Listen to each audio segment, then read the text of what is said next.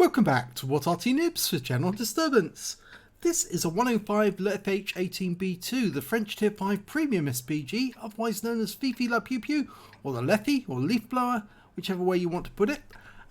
This one's on the north-east spawn of Live Oaks, and it's under the command of ProvoBob.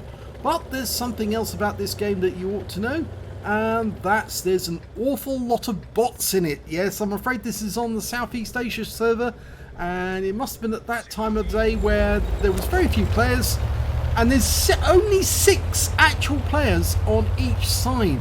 Now the bots, they're the ones with the semicolons in front of their name, and you can see a few of them just there. That OI Experimental, that's a bot. The BDR, that's a bot.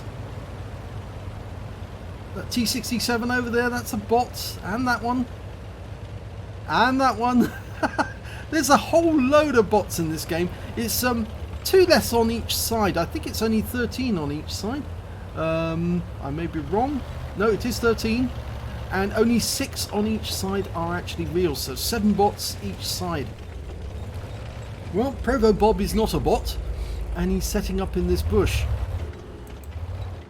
Okay, it's ready to go. Looking for his first target, and oh, he's scrolling out. Oh, we must get you to use your right hand mouse button. It's so much quicker. And we got a Panzer III-4 has gone up the middle, and that is a real player. Oh crumbs, that was a near miss. That shot did shave some damage off that III-4. It's tracked, and he's now dead. First kill goes to ProvoBob. Okay, we've got a number of tanks come over here. Now, are they bots or not? Bot or not? That's a bot. And the KV-1's a bot. But that KV-222 is not a bot. No, that's a dangerous customer. And in fact, ProvoBob's probably one of the few players who can actually do damage to that KV-220, because as you know, it's a Tier 7 hull in a Tier 5 game. And he's got his first solid hit. Only 7 hit points though. I think he tracked him. And that was a direct hit as well. Now, is he still there? Yes, he is! Is he still there? Yes, he is! Is he still there? Oh no, he's used his repair kit. There he goes. It's always a fun game doing that one where you lose sight of somebody and you can still hit them. And yep, he's moving now. He's realizing he's come up against somebody who has the means to strip his health off. In the meantime, we've got 2 bots that have made their way towards the town. KV-1 and the Churchill 1. And well, they're facing up against 2 real players, and the Churchill just took a big hit from that KV-1S. Wondering if that was the derp gun.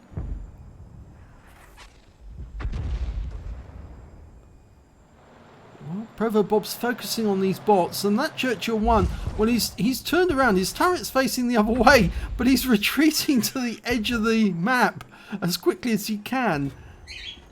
Oh, he's reached the edge of the map and now he's decided to turn round. It seems almost unfair that you're actually going up against these bots, but sometimes they are actually quite clever, and don't underestimate their abilities. There's an M7 down here, that's a bot. Just waiting for any sign of him. That E4 will pop up, and that's not a bot. No hit there. Need somebody to pop up and have a look. Well, we just had a bot kill a bot. The KV-1 on the enemy team killed our OI Experimental. Nope, no sign of these guys at the back. Whilst they're not spotting, you're not going to get any sign, and there's really no point in firing any rounds in, because the chances are you're not going to hit anything. You need a precise hit to actually make it count. These are wasted shells. In the Fifi, it's always better to conserve ammo until you can actually see a target. And there's the Leopard. Unless, of course, you know where the target is. And oh my god, that's a direct hit on a real player. Left him on only 18 hit points. Can he get the kill? No, not on that occasion. Now that real player is, well, yes, he's dead now. He's gone, and here's a bot hiding in that bush. And he's just killed him with a near miss. Okay, now a little closer. It's that KV-220, the one we were firing at earlier, and he's really managed to get close to the cap by going along the edge of the lake. We're dialed in, and direct hit. Only 71 hit points left. He could take him out of the game with this shot. And no, he doesn't need to, because the Stug 3G did it for us. So, non-bot killed non-bot. It's quite funny, this, isn't it? That, oh, it's a bot. It's a dead bot. That was one shell that landed in the cockpit of the vehicle. That must have been a penetration, that. No doubt about that at all. There's still a T-67 there in the bush. I think he hit the wrong one. Pretty sure there's another one there. Yes, there is! He just killed it. And that was a bot as well. So 2 bots sat in the bush. And then bang, they were dead. Well, I think that ProvoBob's making the smart move here, because the railway line actually is not protected anymore, and there are real players coming up it. So he really does need to relocate, move slightly further over towards the town, or maybe go around the edge of the lake to get towards the enemy cap. If he was to stay near the town, or near the railway junction I should say, he would actually be in trouble, because I'm pretty sure there's some light tanks going to turn up, or a Wolverine or a T-67. Now I would expect the bots to probably start capping the moment they do arrive. And if one of our guys actually stays behind to spot for us, we might be able to get some shells onto them, but I wouldn't advise going up on top of this hill. I'm not sure that's a wise move, because the moment you crest the top of the ridgeline, more than likely you're going to get seen by other players. And that would not be a good idea. Now he's focusing on that bush because somebody normally sits in it, but as I say, conserve ammo, because he's only got 16 rounds of HE left. It's not worth wasting rounds where there's virtually no chance that you're going to be hitting something, and there's no enemy was seen in that bush. Now there is still an enemy Arty on the enemy team, and somebody's actually said he's in the dip, or suggested he's in G1. So we're having a look. I'm not so sure they will be. This is the normal place that Arty would go to in the woods. Now we can have a check and see, is the person playing the Arty a bot? No, he's not. Okay, so he will find a good hiding place.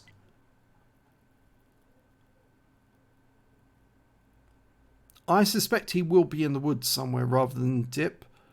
I wouldn't have thought a gorilla would go to the dip. We're looking for any signs of any destruction. I don't think we're going to see any though, because this wood is very difficult to actually see anything being knocked over. And it will be a good idea for ProvoBob to actually move away from the cap, because if the enemy is going to turn up coming up the railway line, and he's still sitting there on that hill, he's going to get shot straight away. So he's gone off the hill, but he's still relatively close to the cap. Oh, tracer!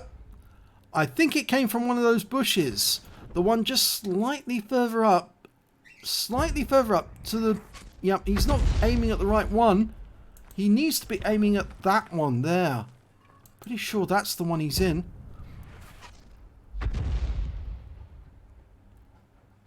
There he is. Oh, he's moved. He has moved. That looks near. Very near, but not quite. He's definitely moved there. Only 11 rounds left, Provo. And we've got a T-67 here. Now that is a bot. And it looks like he's trying to guard his cap.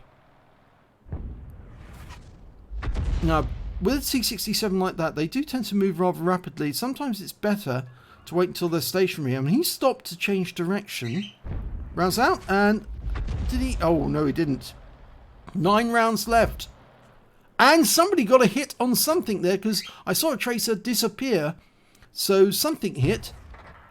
Okay, we've got a leopard near our cap. Now, is that a bot or not? It's not a bot.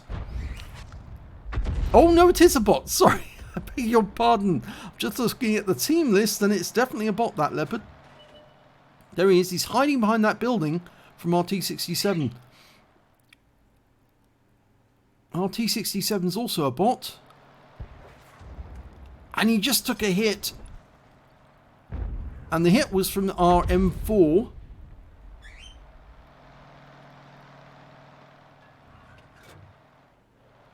And our M4 is not a bot. There's the leopard. Oh, close, so close. Getting a red line there because of the tower. And we don't need to fire anymore because he's down. Okay, there's that T67 at the other end. Yes, he did take some damage. Notice how they bump into things, the bots. Sometimes they're going for gaps and they fail to hit them. And, oh, well, he's a sitting duck target. He's trying to drive forward, but he's driven into a wall and it's stopping him moving. And that's a kill shot. I think that's a fault in the bot mechanics, really, that sometimes they will go for gaps and they lodge themselves up against the wall. They keep trying to drive and they don't try to change direction at all. Okay, so we're looking for the griller. Now, I think that griller is near those buildings, so I go back to the other end. I don't know why he's indicating that spot. There's only one tank left. It's the griller. He's very likely to be near the buildings. The Stug 3G might find him. Yes, he has found him. He didn't move very far. After he kept relocating, but just moving back a bit. You can see where the shell craters are. And the Stug has just managed to get a kill. So that's the end of the game. So not bad for ProvoBob because he got 6 kills out of that one. Let's have a look at the end of battle stats. Well, it was the second class tanker for ProvoBob in the leFH. He managed to get a bruiser medal for getting at least 5 critical hits. In fact, he got 13. A high caliber for dealing the most damage in the battle overall. And a top gun for getting at least 6 kills, albeit that quite a few of them were bots, I'm afraid. When it came to win rate, 3,515. Now, this is what shows you that there was bots in there because there was only 6 real players on each side. You can see ProvoBob right at the top with 1,281 hit points of damage. He's also got the highest number of kills, and when it came to base XP, he's got the highest amount of that as well, 756. So the good thing is that he did get a win. The bad thing is obviously it's against bots, and so it's less of an achievement really. 38 shots fired, 11 direct hits, 4 penetrations, 16 splash, damage of 1,281 hit points, all of it at more than 300 meters. He damaged 9 of the enemy, killed 6 of them, and did damage assistance of 228 hit points. On a premium count, he earned 35,822 credits, and after ammunition resupply, took away 30,958 credits. He received 27 bonds, I think that's Veni Vidi Vici, and one for the high caliber, one for the top gun. And he earned 1,134 XP plus 454 because this is a premium vehicle, took away 1,588 experience points altogether. So, yeah, it's not so much of a great experience actually. Playing against bots actually is almost an unfair advantage. It's almost like being in a training room and being up against just machine run players. And some of them are dumb enough to actually just sit there and let you shoot them. Now, I'm not so certain it'll actually come into Europe. I know that it's actually happened on the American server, the NA server. They've definitely had bots, but it's more of a problem for the SEA server because there are so few players that you are at certain times of the day you're not going to see any games without bots. The Wargaming has had to populate those servers, otherwise people wouldn't get a game at all. They'd be sitting forever waiting for a game to start and nothing would ever start. So I am a bit concerned that maybe this is going to alter the ratings for some players artificially. because they're constantly coming up against bots all the time. But we'll just see how it develops. If Wargaming bring in more intelligent bots, that might make it more of a challenge. So if you enjoyed that replay, please give it a like, do subscribe to our channel, do hit the notification bell to let you know when the new video goes up. Thanks for watching.